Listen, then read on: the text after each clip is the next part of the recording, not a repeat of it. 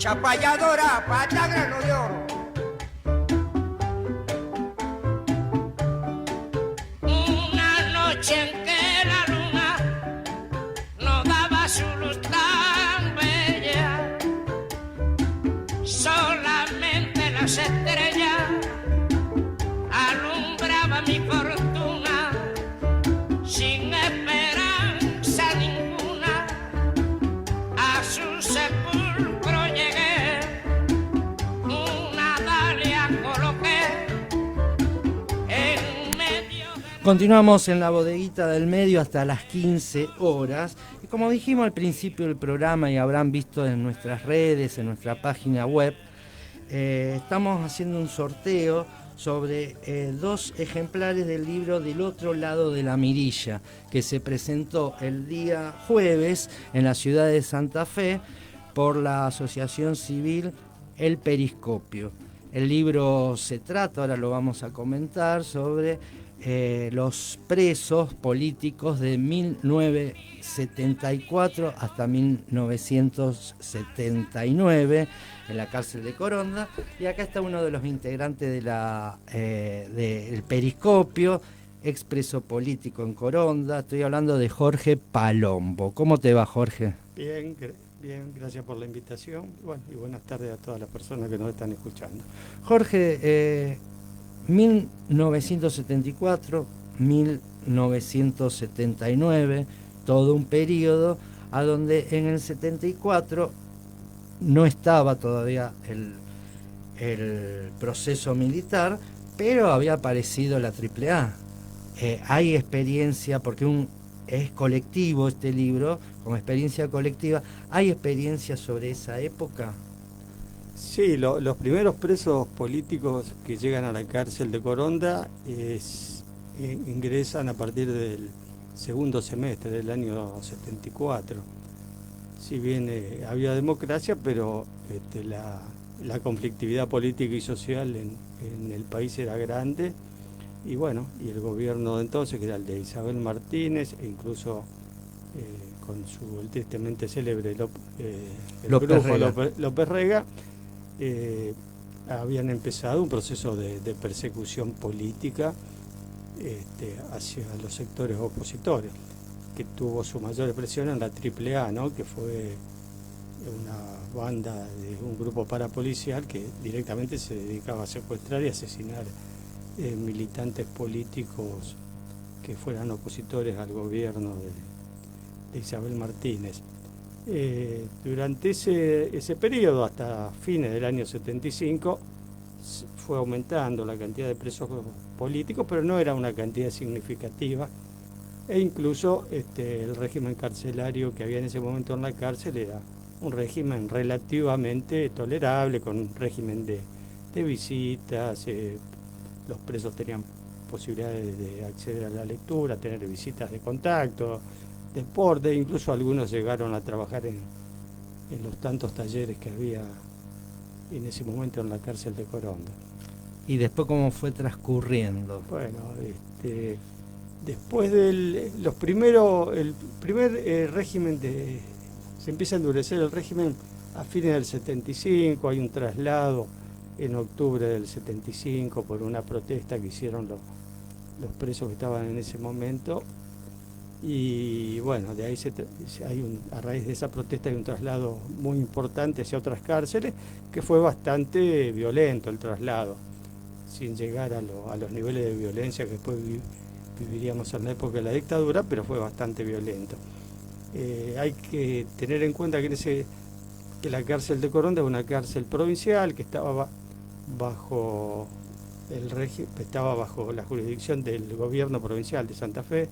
En ese momento el gobernador era Silvestre Benis, y el ministro de gobierno, Roberto Rosúa, recientemente fallecido, bueno, que era un hombre muy comprometido con la democracia, con el respeto de la institucionalidad, de las garantías. Bueno, eso también era una garantía de que los presos tuvieran un trato digno, más allá de que estuvieran presos y por sus cuestiones, por persecución política, pero eran todos presos que estaban a disposición de la justicia federal.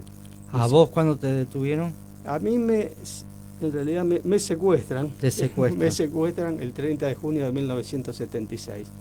Ya ha entrado el golpe acá en Rosario. Bueno, tuve un tiempo en el Servicio de Informaciones, que es el centro clandestino de detención, tortura y exterminio de militantes, de presos políticos más grande que hubo en el segundo cuerpo de ejército, que estaba en la esquina de San Lorenzo y Dorrego. El Pozo. Sí, el Pozo lo llaman algunos, pero en realidad nosotros los sobrevivientes, los testigos, siempre nos hemos referido a ese lugar como el Servicio de Informaciones. Algunos le han puesto el Pozo porque por el subsuelo que había, que era o el sótano, que era donde se alojaban a los presos que ya medianamente habían sido blanqueados, y al que lo mandaban ahí al subsuelo ya podía tener alguna esperanza mayor que los otros de sobrevivir. Y que en cierta medida era el lugar, dentro de lo horroroso que era ese lugar, era el lugar, el mejor lugar para estar, porque los otros eran las oficinas o las salas de tortura. Bueno, a mí me detiene el 30 de junio del 76 y en septiembre llego a la cárcel de Coronda. Ahí había ya una gran cantidad de presos políticos. Es más, cuando nosotros nos trasladan desde Rosario, había un pabellón de presos políticos y cuando nosotros llegamos habilitan el segundo pabellón de presos políticos. Mientras nosotros ingresábamos al pabellón, por una puerta entrábamos nosotros y por la otra puerta salían los presos comunes, que lo estaban trasladando a otros pabellones o directamente a otras cárceles. De ahí en adelante siguió incrementándose la cantidad de presos políticos hasta el punto que hubo 3 pabellones de 6 que tenía la cárcel de Coronda totalmente alojados con presos políticos.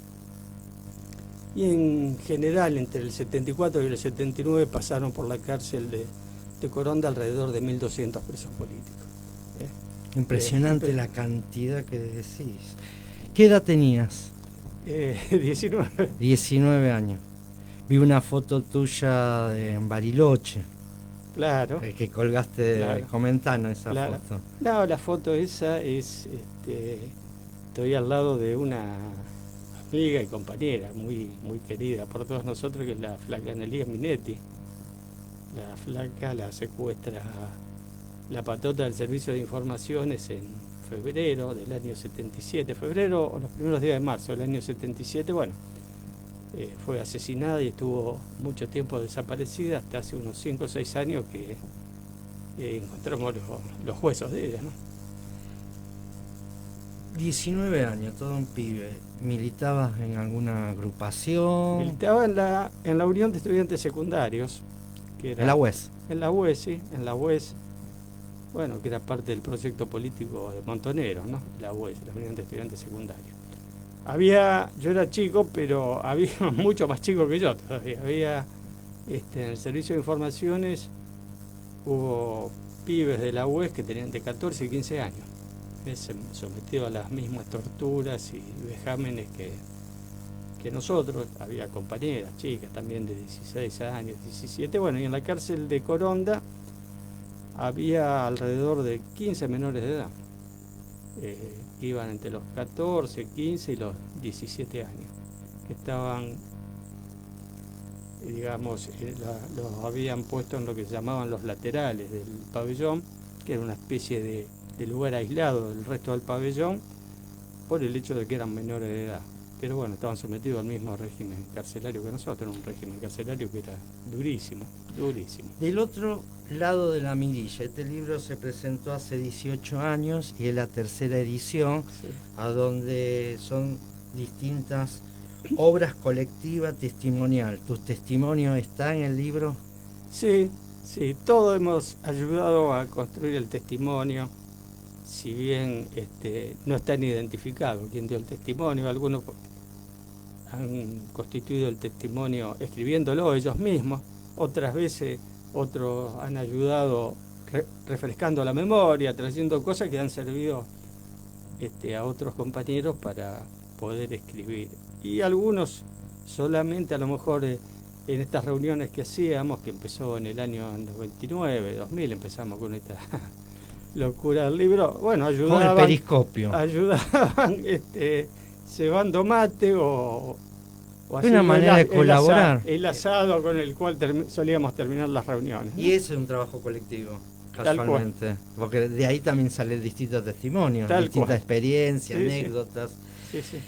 Incluye el libro Juicio y condena a los responsables. Sí, a ver, el libro tiene 3 ediciones Sí. en español.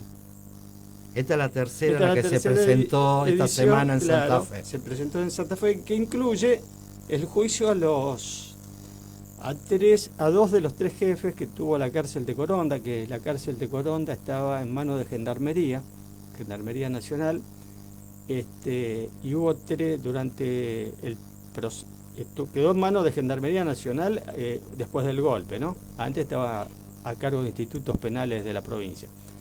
Después del golpe toma Gendarmería el manejo de la cárcel y es cuando se establece el régimen carcelario durísimo que tuvimos que afrontar durante prácticamente 3 años. Hubo 3 comandantes de Gendarmería, Benítez, Uchidonchi y Cirone. Los 2 primeros fueron condenados y Cirone murió impune, ¿no? Porque mientras se sustanciaba el juicio falleció. Y bueno, eso es la novedad que trae esta edición. Es un poco el corolario, ¿no? de este proceso que iniciamos nosotros. Hay una 4ª edición, que la podremos llamar, que está hecha en francés, Ah, mira. que se llama Ni locos ni muertos, creo que en francés es Ni fous ni morts, porque bueno, íbamos a hacerlo en otro idioma. Bueno, hay compañeros que viven en Europa, bueno, y vimos la posibilidad de llevar nuestra experiencia afuera del país, y bueno, era muy difícil traducir del otro lado de la mirilla a un idioma que no Claro. fuera el nuestro, ¿no? Entonces Otra le pusimos lengua. esa denominación, porque eso fue lo que nos dijo, nos decía o le dijo a algún compañero, comandante Cuchidonchi: ustedes de acá van a salir muertos o locos. Bueno, ni locos ni muertos salimos. Ahí hicieron una contracultura. Se opusieron Claro. a morir No solamente ni locos y ni ni muertos, sino volverse que locos. seguimos militando cada uno en su lugar, en su espacio, en los lugares que fue encontrando, y fuimos capaces de meterlos presos a estos verdaderos genocidas, ¿no? Del otro lado de la mirilla, ¿dónde se puede conseguir? El libro todavía no salió a la venta. No salió a la venta, pero sí, ya prácticamente, creo que la semana que viene ya va a estar prácticamente en todas las librerías. Ah, en de todas las Rosario. librerías Sí, se pueden sí. conseguir. Sí, sí. De todos modos, se puede ver en la página del periscopio, Sí. hay una versión digital también. ¿cuál es la página del periscopio? Ahora te la digo. Perfecto. No me la recuerdo. Bueno, después la difundimos. Después te la dejo y la difundimos. La vamos a colgar en nuestra página, sí, con el sorteo que hacemos de los 2 ejemplares, la gente se entere del periscopio. Estamos a punto en este mes, pero de la memoria estamos a punto de llegar al 24 de marzo, 45 años de la dictadura militar, del inicio de la dictadura militar, cívico, eclesiástica y demás, del poder económico. ¿Qué nos podés decir de tu experiencia, de tu militancia? ¿Cómo ves a los 45 años a esta democracia? Bueno, a ver, desde mi militancia, bueno, yo actualmente milito en el movimiento Evita. Bueno, yo la veo a la democracia que tiene muchas deudas con la sociedad argentina. Que está buena la democracia, está muy bien que tengamos democracia, todo eso, pero creo que tenemos una democracia de baja intensidad, como alguna vez alguien la denominó. Es decir, tiene una gran deuda con algo que se llama justicia social. Vemos que es un país que ha retrocedido muchísimo en los niveles de equidad, de justicia social, cada vez con un índice de pobreza mayor, con una pobreza estructural que cuesta muchísimo revertirla. Y bueno, y creo que en eso la democracia todavía tiene una deuda importante con la sociedad argentina. Tenemos una justicia que hay que modificarla, evidentemente, que no sirve, y hay que construir una sociedad con una economía que permita darle posibilidades a todos los habitantes del país, no solamente a los que tienen la suerte de poder acceder a un trabajo formal. Hay muchos sectores de la economía informal, social, popular, que están afuera de este sistema y que hay que darle posibilidades de progreso, o igualdad de oportunidades, si lo queremos llamar de alguna manera. Gracias, Jorge, por venir, por presentar el libro Del otro lado de la mirilla acá en la bodeguita del medio. Doy la página del Periscopio, es elperiscopio.org.ar. Ahí pueden tener toda la información del otro lado de la mirilla y de ustedes como integrante, porque está muy bueno este libro para hacer actividades, para hacerle leer a los chicos, para debatir en los colegios. Me parece un libro muy pedagógico. Sí, es un buen libro. Aparte, es un libro ameno, entre comillas, ¿no? Ameno porque si bien relata situaciones muy duras, no son situaciones, digamos, difíciles de relatar, como podrían ser las experiencias que hemos vivido quienes estuvimos en el servicio de informaciones, ¿no? Esto es una cosa que hasta en algunos puntos hasta puede provocar la sonrisa de quien lea el libro, ¿no? Pero es básicamente eso, una demostración de cómo unidos, cómo lo colectivo puede superar las adversidades más grandes a las que se enfrenta el ser humano. Muchas gracias por venir. Y ya que nombraste el movimiento Evita, mandale un saludo muy grande a un amigo, Gerardo Rico. Bueno, se lo daré llegar. Pasó por la bodeguita del medio Jorge Palombo, presentando Del otro lado de la mirilla. Y continuamos con la música. Alejandro Medina, Jorge Pincheski, La maldita máquina de matar.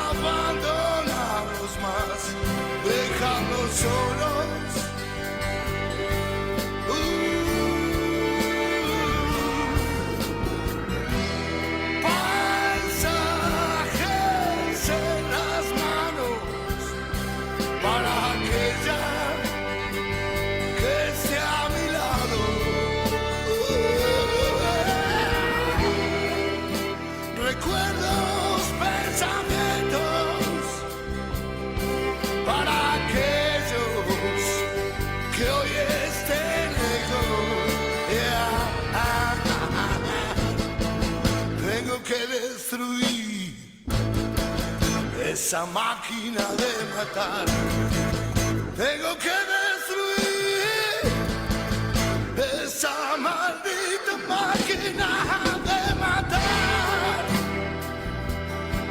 para que nunca, nunca, nunca más vuelva a destruir lo que hacemos con amor.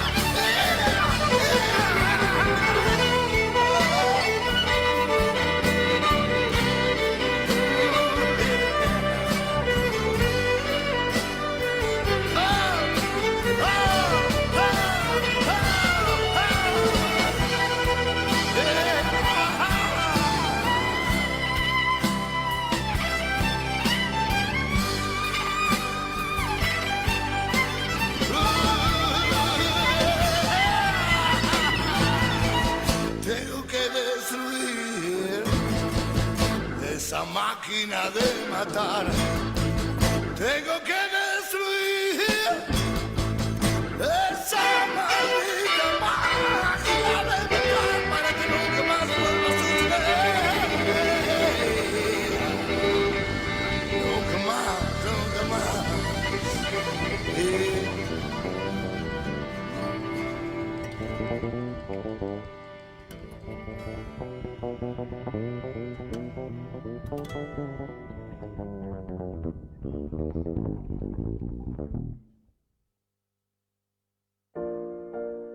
Necesitamos de la sociedad para encontrar a nuestros hermanos. No hay que tener miedo, porque lo peor ya pasó. Si dudas de tu identidad o crees que alguien puede ser hijo de desaparecidos, comunícate con Abuelas. 011 43 84 0983 www.abuelas.org.ar. No los dejemos con la duda. Si tu tía o tu primo, tu hermana o tu abuelo, tu mamá, tu papá o tu hijo desapareció entre 1974 y 1983, quizás sea uno de los cientos de cuerpos sin identificar que el equipo argentino de antropología forense tiene en resguardo. Si querés saber más, llama al 0800-3453-236. Equipo argentino de antropología forense. 35 años de ciencia para la verdad. Sábados, de 12 a 15 horas, La Bodeguita del Medio. Un espacio de creación colectiva. Porque nadie viva en el silencio y en la oscuridad, porque no seamos invisibles nunca más. Ahora también estamos en la web www.labodeguitadelmedioonline.com. Seguinos en Twitter, LBM en Radio.